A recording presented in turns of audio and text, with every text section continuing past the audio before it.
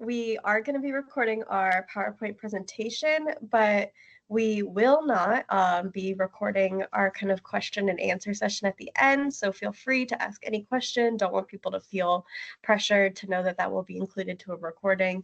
We will be sharing the recording out to others in the organization, just in case they didn't get a chance to attend our session today. So once again, I'm Mira, and this is our Mission Possible Libraries as Launchpads to Success, our theme, kind of proposal preparation webinar, and I will let Emily introduce herself as well.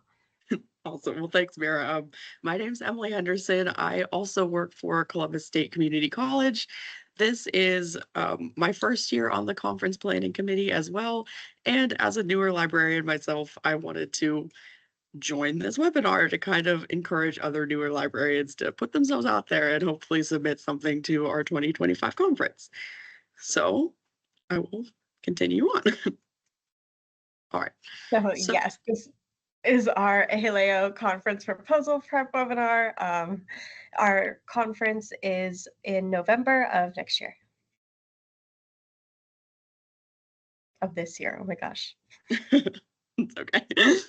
Okay, so just to start off with maybe some reasons for why to submit a proposal to ALAO 2025 specifically. Sorry, I Emily, I can't hear you. Oh, really? Is anyone else Wow. having?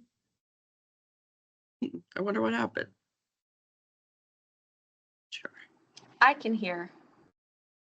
Oh, cool. Oh, Can sorry. you hear me now, Mira? Yes. Awesome. Okay, sorry. Okay, so just some reasons about maybe why we want to submit a proposal to ALAO. This is my first year on the conference planning committee, my second year in ALAO, and so far the experience has just been like a group of really great, supportive, friendly, awesome people to kind of be around. So I really do think, just from my experience, it's a really great place to do your first presentation around a really supportive group of people. We are obviously a professional organization, be a great place, kind of like a competitive environment to put yourself out there, do a um, presentation for a great group of people. But again, we're not too competitive. We're not going to be too strict on either your proposal or your presentation, a very friendly place to be. And then last but not least, this is a really, really great opportunity for your peers from other institutions in Ohio nearby to learn about the awesome work that you're doing. So I know I personally love learning about the work from my peers and my colleagues who are doing some really awesome stuff. And you are one of those people too. And I want to learn about everything that we all are doing. So great place to submit your first presentation.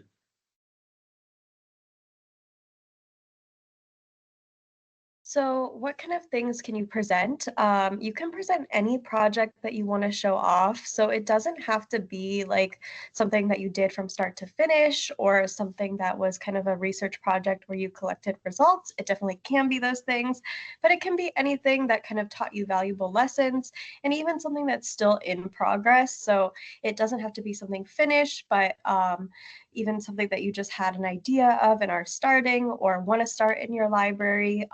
But any kind of new approach, effective practice, or idea that's kind of worth sharing. So our conference theme this year is Mission Possible Libraries as Launchpads for Success.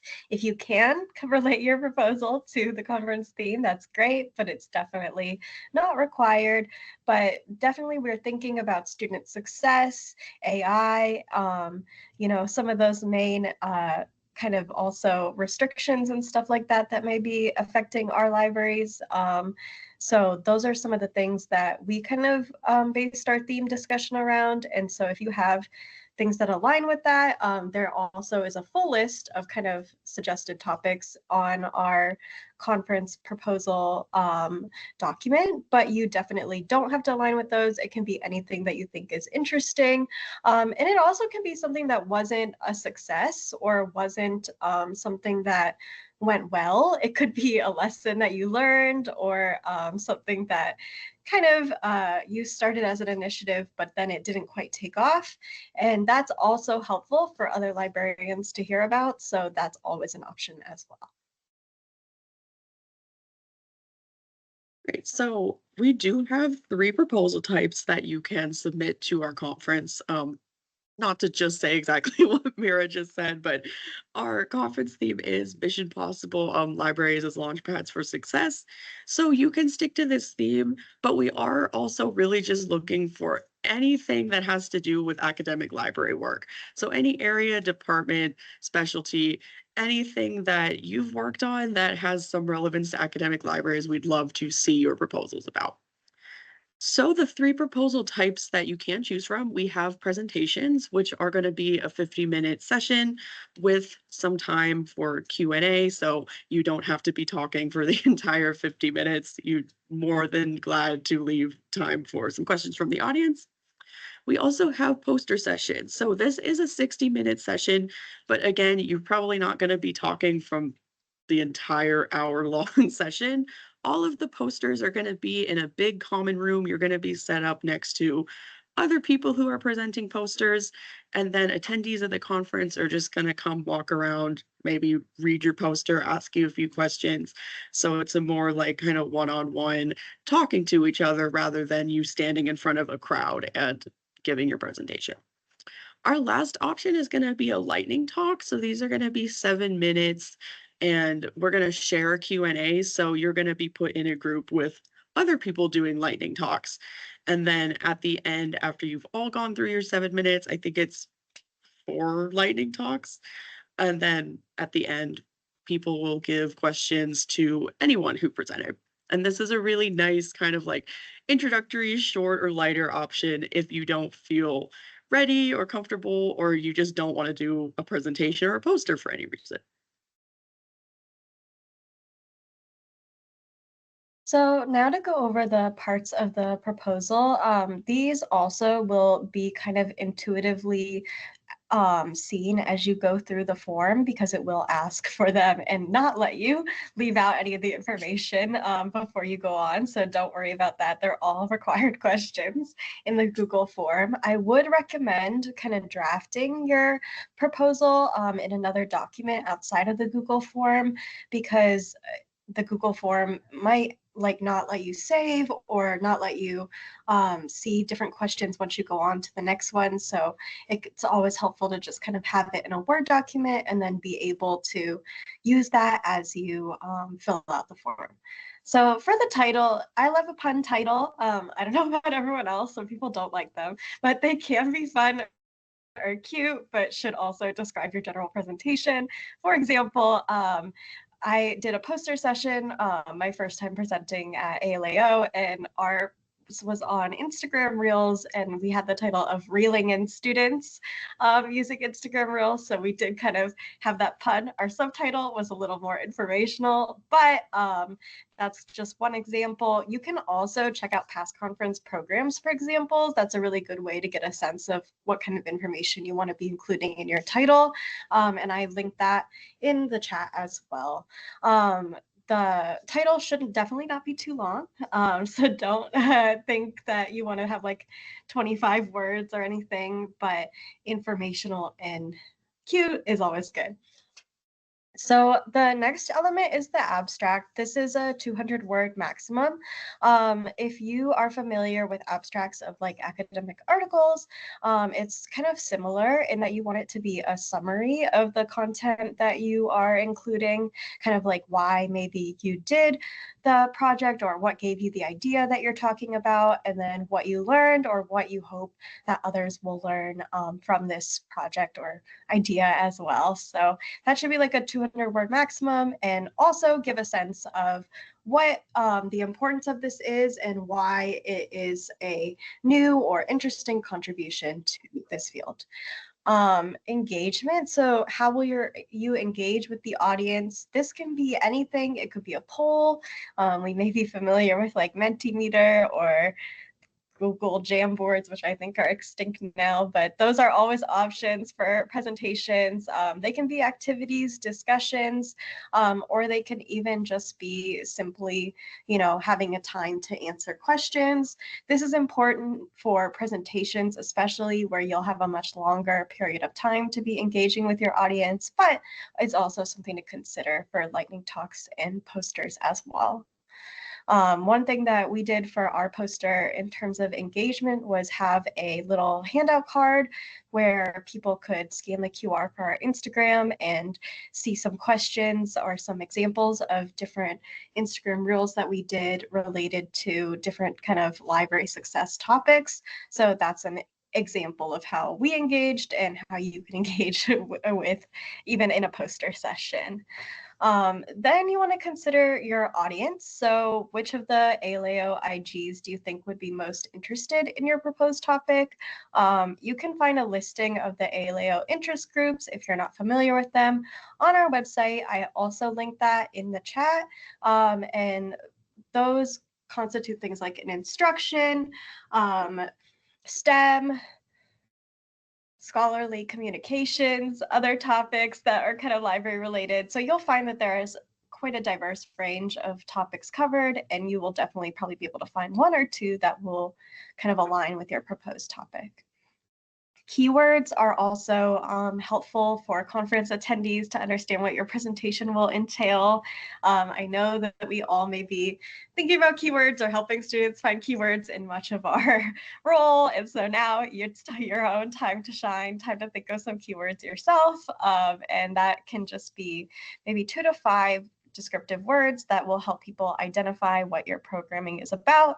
And I will say that I have definitely found those helpful as an attendee before, because as I'm quickly scanning the program at ALAO, trying to decide which session to go to, if I see keywords that align with my role or what I'm interested in, I'm definitely more likely to attend. And then finally, there is the learning outcomes. So this is only needed for presentations, not posters or lightning talks. And this is just 1 to 3 learning outcomes that kind of will describe what attendees will get out of your presentation. It's great if you can tie these back to like maybe practical applications that attendees could have and bring back to their libraries. I know that the recommended format is like the phrase "in order to," and then some descriptions, but that's also outlined in the ALA recommended learning outcome document, which is linked in the chat as well. Cool. So just to tack on to what Mira said about learning outcomes, there's a little more information if you're curious. So we've all probably seen learning outcomes before, but they're basically just going to identify what participants will be able to do as a result of attending your program. So you can think about like a need or a problem it solves, and really just like the basic format for a learning outcome is just going to be a verb and then a criteria you want to accomplish. So, this example is after the sessions, attendees will be able to, and then you want to pick like an action verb.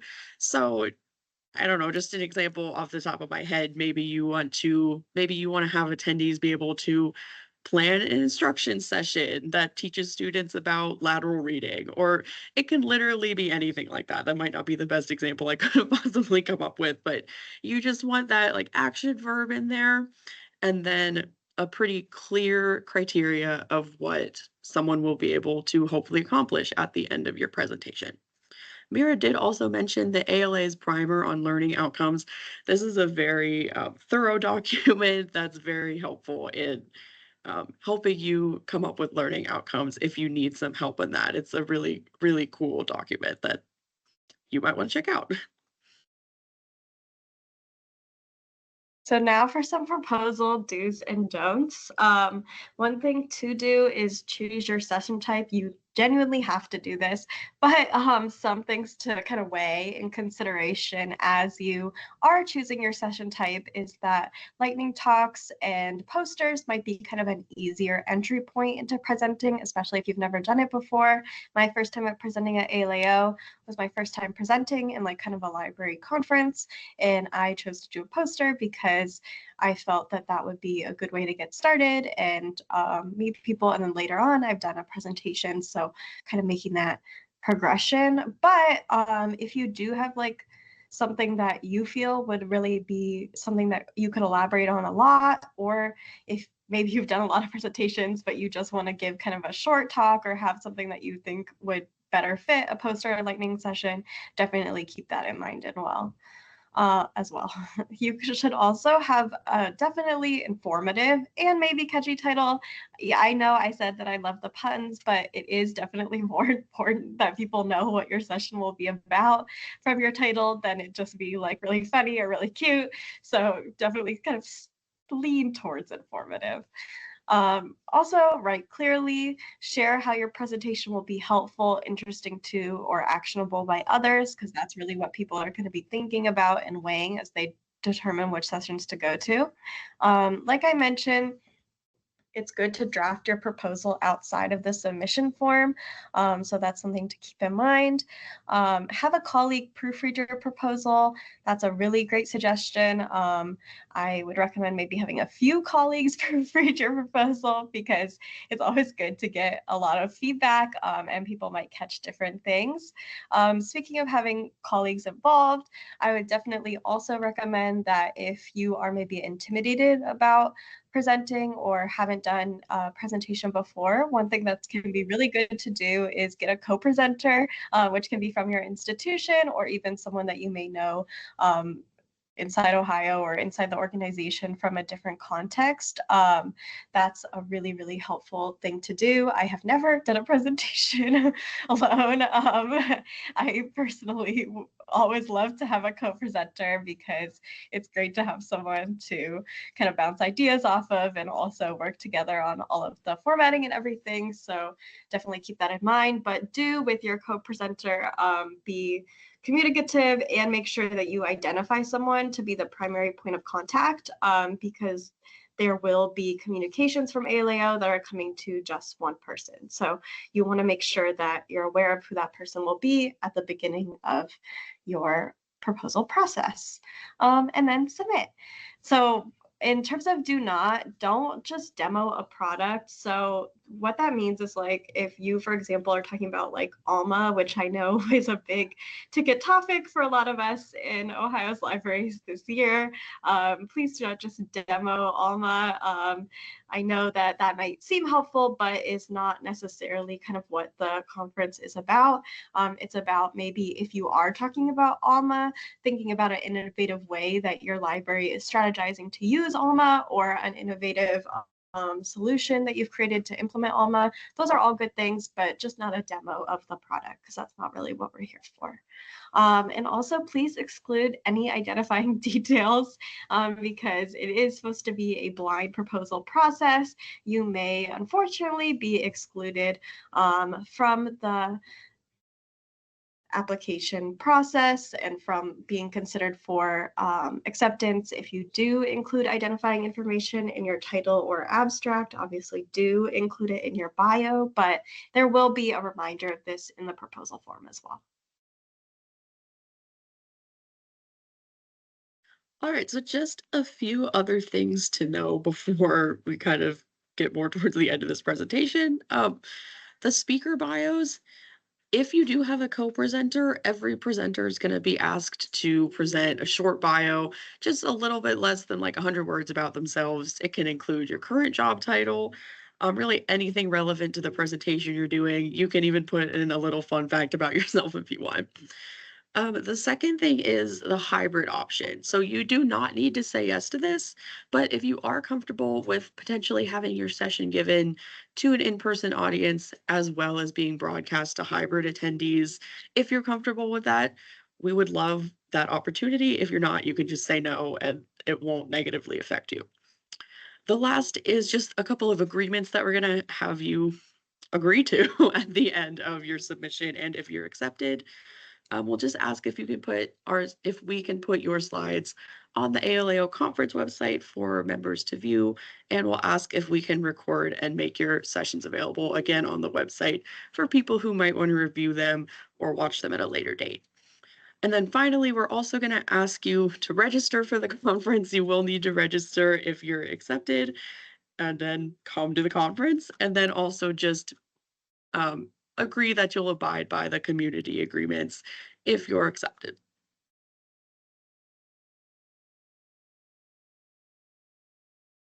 Okay, so we do really want to be super transparent in what we're looking for this conference. We don't want to be intimidating or have this be an intimidating process.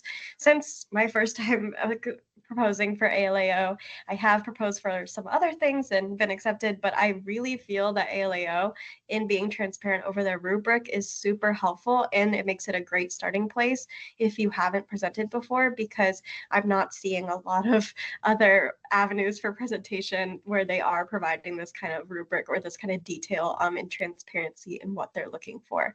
So just I know that we've touched on some of these, but you can see the rubric link that was shared in the chat. And it's really important to just have an informative title, be clear in your proposal, have an actionable takeaway. So what can people take away from this and then apply to their own context?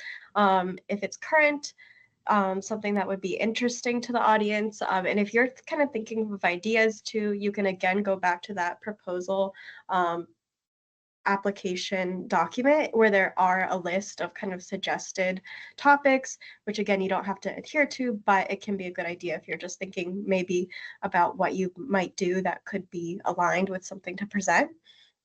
And then also, yes, as I have just mentioned, the relevance to that conference theme and academic librarianship. So that is the QR code for the rubric, but I also did share it in the chat. Yeah, and just one extra thing that I don't know if Mira mentioned, you can see this on the rubric itself, but the title and the relevance to the conference theme are going to be weighed like a little less than all of the other things. So if you didn't write the perfect title, that's totally fine. Or like I said, you can submit a proposal about anything related to academic librarianship. And if it doesn't fit the conference theme to a T, you're not going to be penalized. So that's a good thing to keep in mind too. All right. So just the deadline for submissions, proposal submissions is going to be April 28th. So we still have a couple weeks for you all to get working on those. This is a link to our site where you're going to submit those proposals, and you can see all of basically all the instructions that we've laid out in this PowerPoint just on a website form for you to read, maybe without having to watch this presentation again. And then we also have grant opportunities. So you can apply for some of these grants if you fit any of these criteria. So we do have a student conference grant. All of these links lead to the exact instructions, but this student grant is for undergraduate students interested in libraries, graduate students interested in libraries, and if you are a recent grad within a year of your graduation date, you can apply to this. And then the support staff grant and the TED Sig Notzel grant. If you're a support staff at an Ohio institution, or if you work in the technical services side of any Ohio institution, you can apply for these grants as well. Awesome. So, yep, if your proposal is accepted, then what comes after? So you will be notified of your acceptance if you are accepted in June. And then there will be a long period of time where you do not hear anything from ALAO because it is in November, the actual conference of this year, unlike what I said earlier. But, that is a long period of time. You will probably be contacted by your shepherd in like September, October, I want to say, but don't wait to be contacted by your shepherd to begin planning your presentation or your poster or whatever you're going to be presenting. And if you do have questions before you get contacted by your shepherd, feel free to reach out to whoever emailed you the acceptance or someone else at ALAO, because you definitely don't want to wait until the last minute to kind of get started. You kind of do want to be working on it consistently over the summer. And then because especially at academic institutions, I don't think I have to tell all of you, fall gets quite busy. So it's definitely a good idea to sort of get that work down over the summer. And then once your shepherd does contact you, you'll get opportunities to ask questions along the way. And you'll get periodic emails, reminders, and check-ins. then you also do want to leave time to practice and get feedback from colleagues. So another great reason to start it over the summer and not wait until, oh no, the beginning of October is here and I have not yet started. You'll be fine if you're in that situation. I've been in it for sure. But my recommendation would be, once again, doing it over the summer. Yes, I can tell more about the role of the shepherds. So shepherds are assigned by ALAO to different project teams. They are just other members of the board or planning committee that you have the opportunity to ask questions of along the way and kind of get reminders of your project. They also will be the ones who are checking on you if you, for example, want any AV help, or if you want them to monitor chat, if it's a hybrid session, or if you want to have them introduce you or not introduce you. I was a shepherd for a presentation last year and I introduced the individual and kind of was able to just make sure that they were able to find the location of the room and everything and get some of that straightened out. So that's kind of the role of the shepherd at the ALAO conference. But yeah, always available for help. And if you need help from someone else too, don't worry though, you can always contact anyone at the organization. Everyone is friendly and willing to help. Yeah, and so then once you kind of practiced, you've talked with your shepherd, you've planned your session, then you get to register for the conference and hopefully have fun. All right, so that's really it for our presentation. This is our information, our contact information. If you'd like to reach out to us at any later date, we also have the ALAO program conference email here if you want to reach out to that as well. But at this time, we're really just going to take any questions that you all might have. I know there aren't many of you, so if there's not too many questions, that's totally fine too. And we will now stop recording so that you're free to ask any questions you'd like.